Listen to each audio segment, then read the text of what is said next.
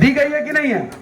तो हमारे बीच में जो महिलाएं हैं वो देवी के रूप में हैं, तो देवी की पूजा होनी चाहिए या देवी के ऊपर जो है उल्टा सीधा कमेंट होना चाहिए? फेसबुक पे भी जाके हम लोग बहुत गंदा गंदा लिख देते हैं, फेसबुक पे भी जाके, इंस्टाग्राम पे भी जाके, बहुत सारे जगहों पे।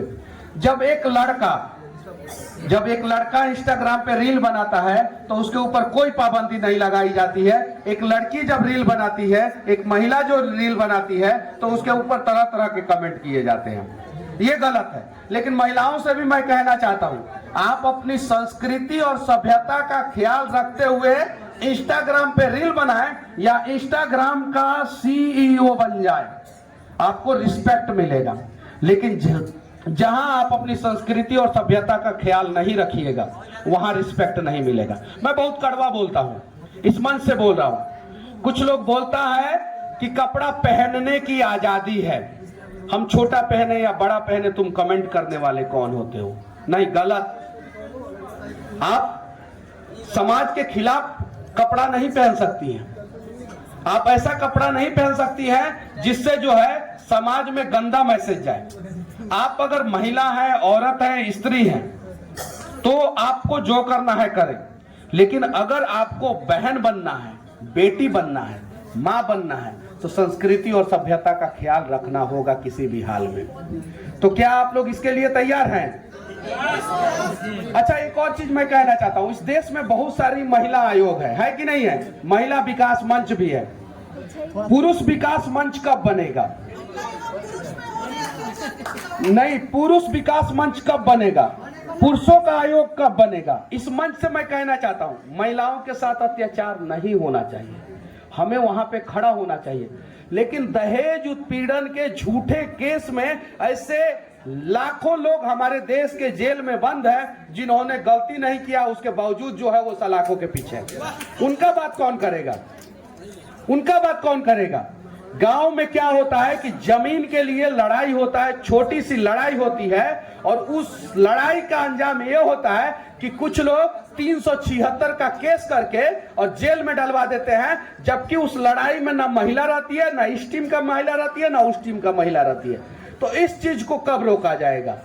जब तक इस चीज को नहीं रोका जाएगा तब तक शायद ही कोई पुरुष महिला का सम्मान करेगा। इस चीज को भी रोकना है। हम लोग कहते हैं कि पुरुषों को सुधारना है, पुरुषों को सुधारना है, पुरुष गलत होते हैं, ऐसा है, वैसा, ऐसा ऐसा।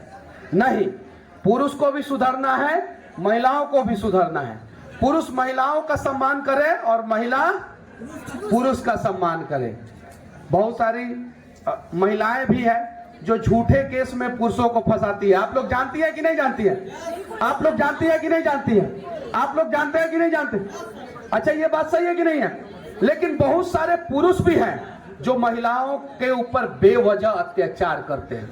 जब बात सिर्फ और सिर्फ एक तरफ का होगा तो इंसाफ नहीं मिलेगा।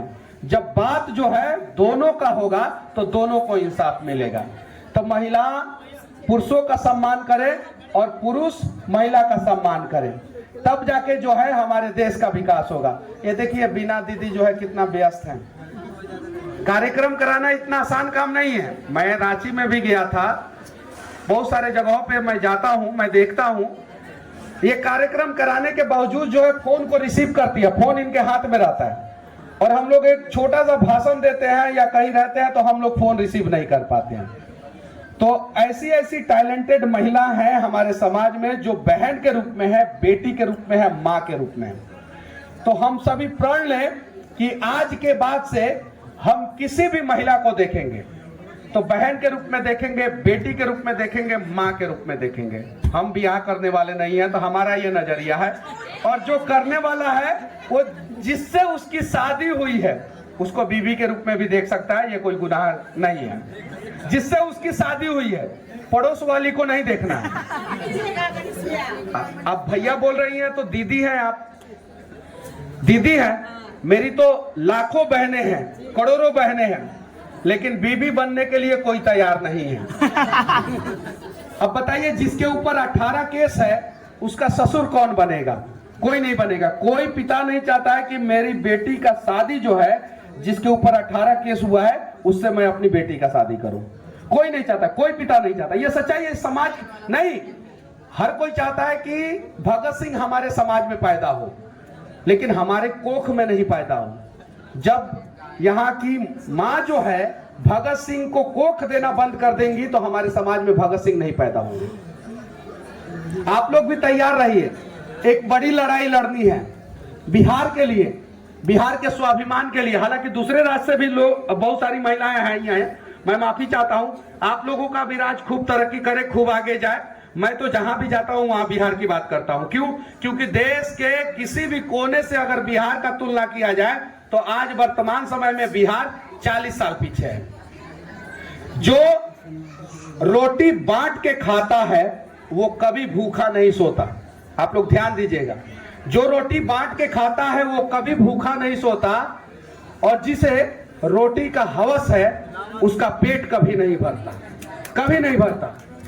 आपने देखा होगा कि गरीब लोगों के घर जब आप लोग जाएंगे तो उनके घर पे जो भी रहेगा वो आप लोगों को बांट के खिला देंगे। लेकिन अगर अमीर के रेस्टोरेंट में चले जाएं और आप बहुत अच्छा काम करते हैं, फर्क नहीं पड़ता। मैंने रियलाइज किया है, मैं बहुत सारे छोटे छोटे स्टॉल पे गया हूं, मुझसे कभी छोटे स्टॉल वालों ने पैसा नहीं लिया, कभी नहीं।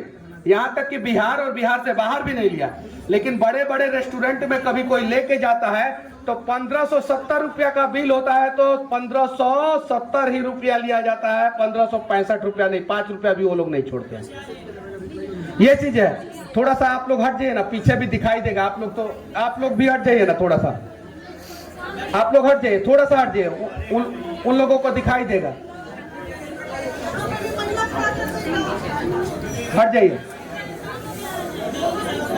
चलिए ठीक है, फिर कभी हम लोग कहीं मिलेंगे। और मैं तो मतलब कि डेवलपमेंट पे बातें अच्छा करता हूँ। यहाँ पे महिलाओं के विकास की बातें जो है हमको भी आता है करना, लेकिन हमसे भी अच्छे अच्छे वक्ता जो हैं सामने बैठे हुए हैं, तो वो लोग आएंगे, वो लोग बातें करेंगे। और इस ठंडी के माहौल में पूरा जो है ये मतलब कि पूरा हॉल जो है वो उसका टेम्परेचर बढ़ा हुआ है, उसके पीछे सबसे बड़ा योगदान जो है आप ही लोगों का है। चलिए ठीक है, और किसी भी चीज को गलत वे में लेने की जरूरत नहीं है। कोई भी बात जो है उसको आप लोग अगर गलत लेते हैं तो उस बात का सही नजरिया भी होता है। चलिए ठीक है, फिर मिलते हैं कभी कहीं। जाना नहीं है, अभी 2 मिनट बैठना है आपको। चलिए ठीक है। सोच रही है बिहार को, तो मैं चाहती हूँ आप इधर